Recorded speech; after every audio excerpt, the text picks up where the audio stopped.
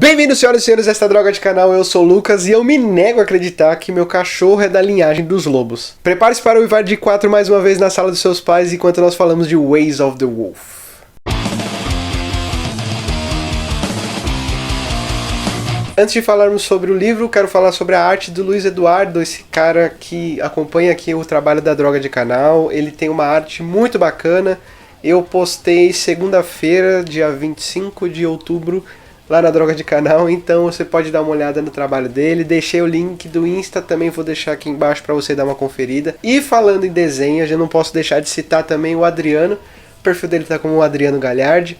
Ele também, eu já falei sobre os desenhos dele, ele participou do Capital by Night, né, lá do Rua Amadeu, que fez com uma galera.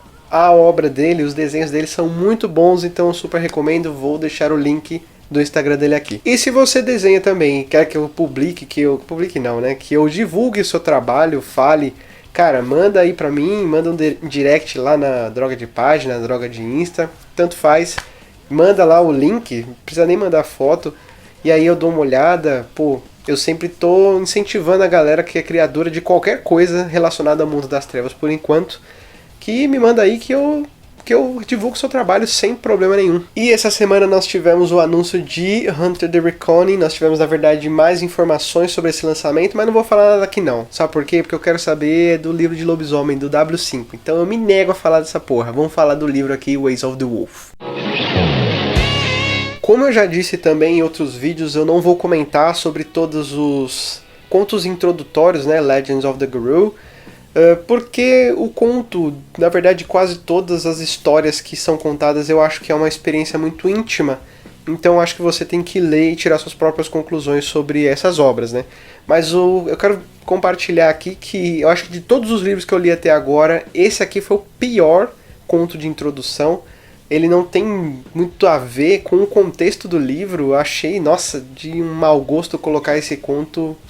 Enfim, poderia guardar para outra ocasião e colocar um que tenha mais a ver com o livro, mas agora já foi, Inês é morta. Em compensação, o material que ele traz aqui é de muito bom gosto. Na verdade, eu esperava menos, né? Eu sempre vou com expectativa baixa para os livros da primeira edição, porque não tinham muito uma noção do que fazer com os livros, mas esse livro aqui ele consegue se superar, apesar do tamanho dele. Então, vamos lá. Ele começa falando primeiramente, na verdade, sobre a natureza do lobo e sobre essa história, essa mitologia que se tem que o lobo ele é um predador do ser humano e que tem um medo natural da humanidade em relação aos lobos que a gente não sabe de onde vem. E é muito bizarro porque aqui ele não esclarece, na verdade, mas isso é uma coisa de lenda europeia, né? Porque aqui não tem nada disso. Mas eu acho muito legal ele levantar essa questão, porque existe sim um massacre muito grande de lobos no mundo inteiro. Já foi mais abundante antigamente, mas era preocupante. E ele levanta essa questão porque ela realmente existe. A gente vê em histórias como da Chapeuzinho Vermelho que o lobo mau está sempre à espreita. E isso tudo é justificado com um medo dos humanos, uma reação do medo. Na verdade, eu acho legal até abrir esse parênteses, porque o medo ele causa até mesmo ódio de tudo que existe nesse mundo, né? Então, acho legal como esse paralelo existe e como isso pode estar também atrelado à natureza dos Garras Vermelhas. Mas a gente vai com calma chegando lá. A imagem do lobo aqui nesse livro eu acho muito legal pelo fato dele trazer algo mais próximo da ambientação do jogo. O lobo, diferente do ser humano, ele é muito mais próximo de Gaia, muito mais próximo ao cenário natural.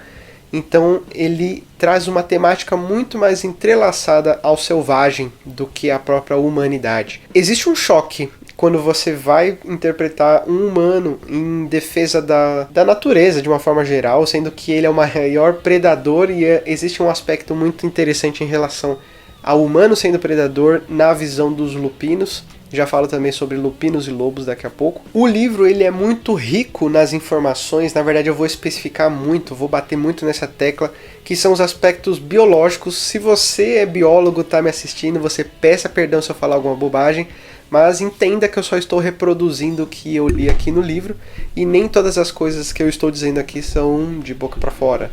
São coisas realmente interessantes que trazem aqui no livro e elas fazem certo sentido. Mas se eu estiver errado, por favor, me corrija. É dito aqui que os lobos eles procriam no inverno e durante todas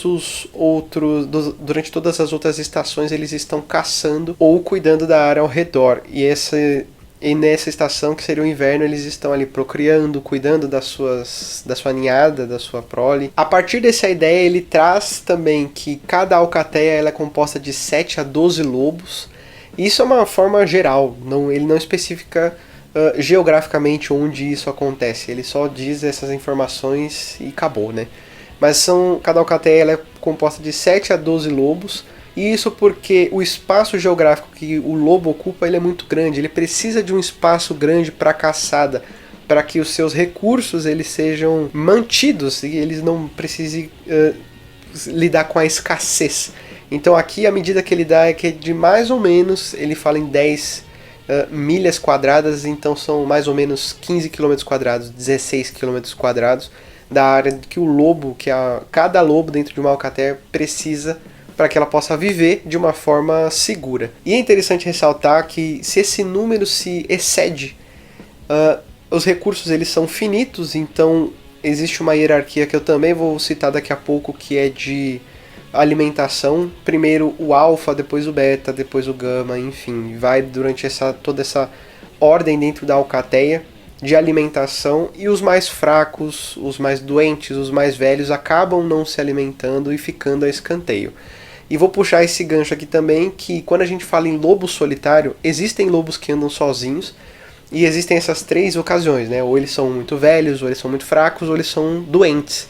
E pelo fato de eles estarem sozinhos, não estão exatamente sozinhos. Alguns eles acompanham de longe as alcateias, comendo seus restos para sobreviver. E falando nesses grupos de lobos, as alcateias, né, elas são divididas em grupos seletos. Dessa forma também, aqui é dito que os lobos eles param de criar afeto com os outros lobos a partir de uma certa idade.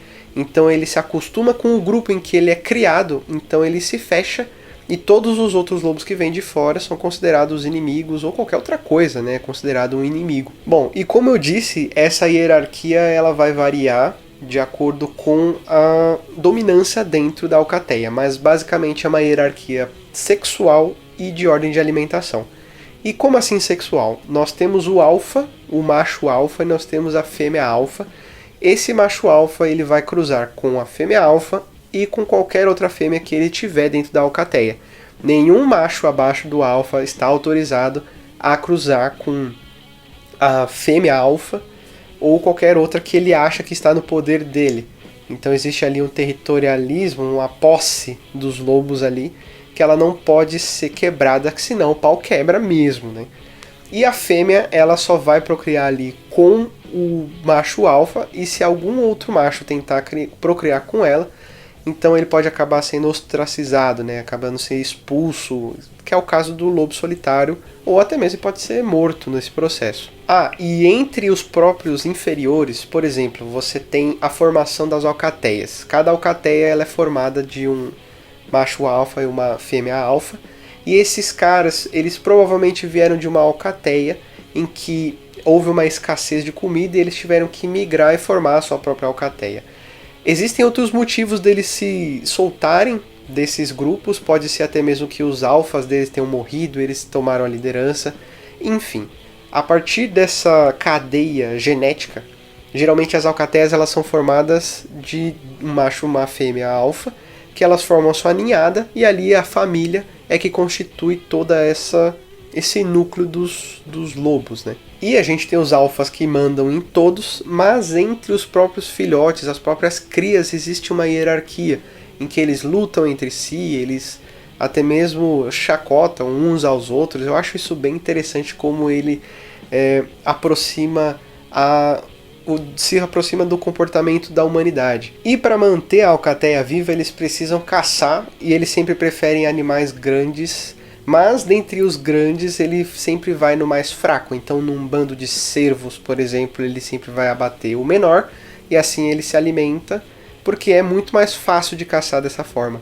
Porque o lobo, assim, diferente do que a gente sabe sobre as lendas, sobre as histórias, o lobo não é exatamente uma criatura que mata por matar, ele é como qualquer outro predador, ele mata para se alimentar. Então como funciona a vida do lobo? Ela vai funcionar da seguinte forma: a fêmea vai cavar uma toca, vai colocar a sua ninhada ali, todas as suas crias dentro dessa toca, e até ele atingir a maturidade sexual, o lobo ele não sai para fazer nada. Ele fica ali na toca, bonitinho, e essa maturidade ela chega mais ou menos aos 20 meses, e a partir desse momento, quer dizer, antes disso ele fica ali com a alcateia, geralmente com as fêmeas, os machos é quem sai para caçar, e a partir do momento que ele atinge essa maturidade sexual, é que ele vai conseguir ter uma vida ativa dentro da alcateia, que ele vai poder mostrar realmente que ele tem a sua força, que ele pode se empoderar em cima das outras fêmeas, que não estão sobre o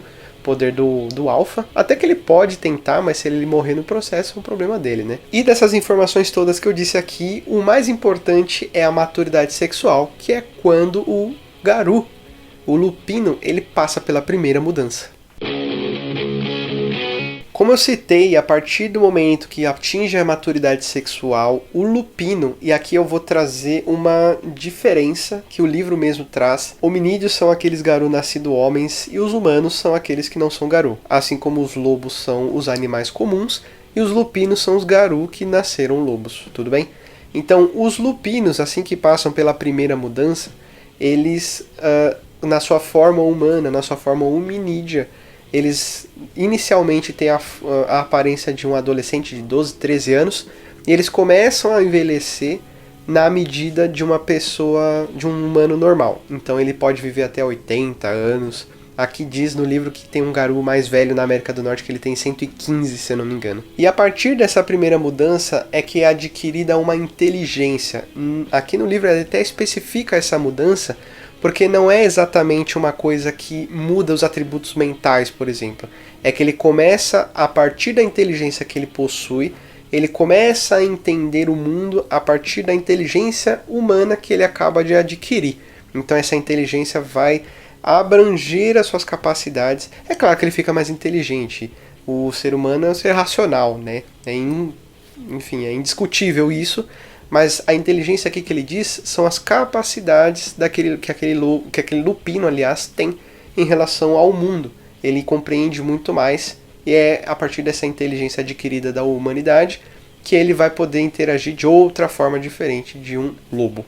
E é importante ressaltar também que, apesar dessa inteligência, cada tribo possui um alfa lupino. Então a gente tem o líder dos garras vermelhas, a gente tem o líder das lupinas, fúrias negras, presas de prata, enfim. Cada tribo tem o seu alfa daquela tribo que vai dar ordens, que tem uma hierarquia específica para cada núcleo tribal. O líder dos garras vermelhas, aliás, os garras vermelhas eles são muito abordados aqui, já já eu vou falar sobre eles, mas bem brevemente, porque não tem realmente muita coisa a dizer.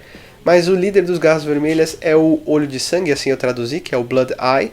E esse cara é o cara que manda, né, nos Garras Vermelhas, e todas as decisões na América do Norte, porque é onde ele está atualmente, tem que ser feitas a partir do aval dele. Ele é um cara que quer destruir a humanidade, e a partir desse raciocínio a tribo é direcionada para as missões. Só que, enquanto ele está ausente, cada um faz o que bem entender.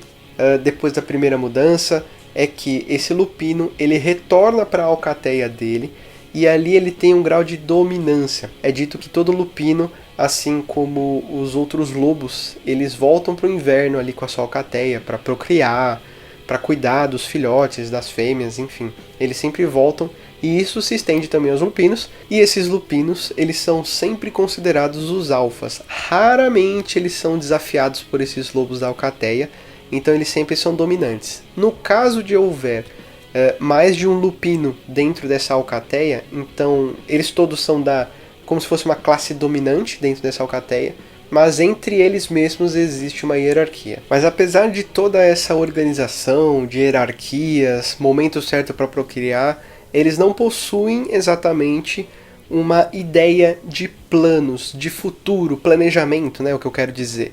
Por quê? Porque a natureza do lobo, ela simplesmente faz parte daquilo ali. Então ele aceita as condições em que ele vive porque ele acha que é o fenômeno em que Gaia está vivendo, e assim eles tocam. Assim funcionam os lobos. Os lupinos, eles já reagem de forma diferente, combatem a Wyrm, eles buscam por ameaças nos territórios, enfim. Mas nada muito diferente do que realmente um lobo faria. Os lupinos ainda são lobos, né, na sua essência, então eles não fogem muito, eles não têm muitos objetivos, não possuem muitas ambições.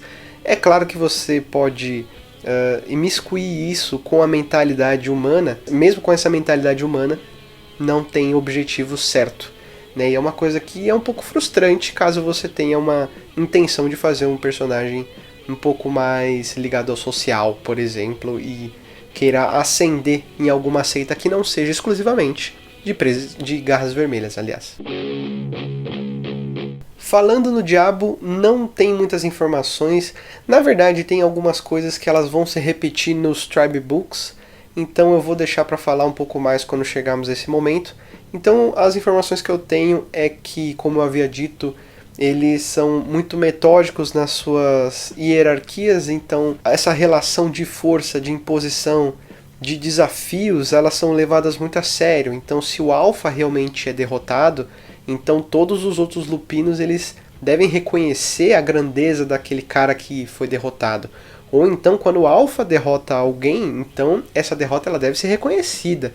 E qualquer tipo de infração dessa hierarquia, pelo menos por parte deles, não acontece. E se alguém infringir, é a mesma coisa daquele lobo que tenta usurpar o poder de alguma alcateia. Acabam mortos ou ostracizados. Além disso, ele mostra que dentro dos Garras Vermelhas você tem duas vertentes, né? A dos extremistas que querem o fim da humanidade, que correspondem à maioria dentro da tribo, e a gente tem aqueles que são tolerantes, que podem andar pelas cidades para conhecerem a humanidade sob o pretexto de que cuidar e conhecer a humanidade salva todos os Garou. Então por isso que eles sempre se imiscuem, né? Sempre se misturam entre a humanidade para poder aprender alguma coisa de valor ou, enfim, conhecer o inimigo talvez, mas é importante ressaltar que eles são tolerantes e qualquer pisada fora da linha, eles vão lá e executam esses humanos. Eles ainda são Garras Vermelhas. Finalmente o livro ele vai trazer umas ferramentas interessantíssimas em relação aos lupinos. Ele vai trazer dons, rituais, totens, animais selvagens, vai trazer até animais místicos e corrompidos que você pode achar dentro da natureza, ou que sejam relacionados aos lobos ou aos lupinos. Além disso, ele vai trazer também algumas plantas, e cara, eu achei isso muito legal. Eu havia visto isso pela primeira vez lá no livro do jogador. Ele trouxe algumas plantas selvagens que você poderia encontrar... Ah não, não é no livro do jogador. Em Rage Across New York, não vou lembrar agora, mas são algumas plantas que quando você usa o ritual de despertar espíritos, elas fazem uns efeitos diferentes, né? Mas ele traz um monte de plantas e com certeza eu vou colocar elas na droga de página para você enriquecer os seus cenários selvagens. Eu com certeza vou usar. E além disso ele vai trazer umas criaturas que são milenares. Lembra daquele Dom, não lembro agora se é Lupino ou dos Garras Vermelhas, acho que é Lupino, que é a canção da Grande Besta, da Grande Fera, que vai trazer uma criatura mitológica, milenar, antiga, que se esconde no fundo da terra, seja lá onde for.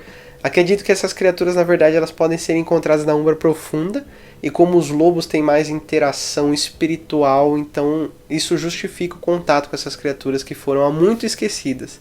Elas andavam na Terra, e agora elas podem aparecer novamente com o chamado, que seria esse dom aí dos lupinos. Muito interessante. Aliás, toda vez que eu olhava esse dom, eu falava, tá, mas cadê essas criaturas?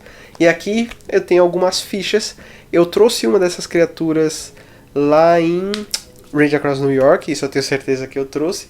E tem algumas outras... tem outra também lá em Rite of Passage. Eu já coloquei lá na droga de página, se você quiser olhar. Agora, as coisas que eu achei realmente mais interessantes são o que eu havia dito, que são as dicas de interpretação do lupino, porque por ele se tratar de um ser selvagem, pelo menos mais selvagem do que o ser humano, então ele é muito mais espiritualizado. Ele tem um contato muito maior com Gaia que qualquer outra criatura que não seja um impuro ou um hominídeo. Então a experiência de jogar com o Lupino ela é muito diferente, muito mais envolvente, e isso vai, querendo ou não, exigir do narrador, mas é uma experiência construtiva, então você como jogador interpretando esse Lupino vai evoluir junto com o seu narrador. Cara, tem que começar em algum momento.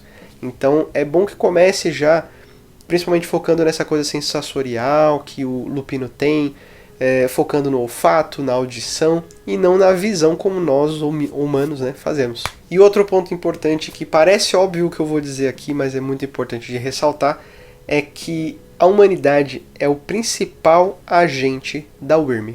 Reflita. E uma crítica que eu tenho a esse livro é que ele é um livro curto, mas ele poderia ser menor. Em alguns aspectos eu acho que ele enrola um pouco, a ponto de você poder integrar essas informações em qualquer livro básico. Aliás, eu acho que isso acontece. E nós vamos ficando por aqui. Eu acho que você já estava com saudade dos vídeos mais curtos, eu peço perdão, mas existe um critério que realmente é indiscutível. Eu não faço os vídeos longos porque eu quero falar mais, mas porque eles têm coisas mais interessantes. Não é o tamanho do livro que vai dizer o quão interessante ele é. Então a gente vai ficando por aqui. Então deixa a droga do like aí, se inscreve nessa droga, compartilha nas suas redes sociais, nas suas mesas, se você bem entender. Deixa um comentário aí sobre as suas experiências em mesa. Se você quiser me dar uma dica também de interpretação de Lupinos, eu super aceito pra galera também ler. E perca o medo do lobo. E a gente vai ficando por aqui. Grande abraço pra vocês. E o próximo livro que a gente vê é esse aqui.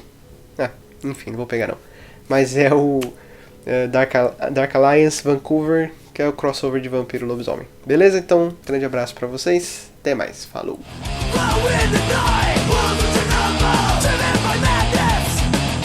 Can't survive.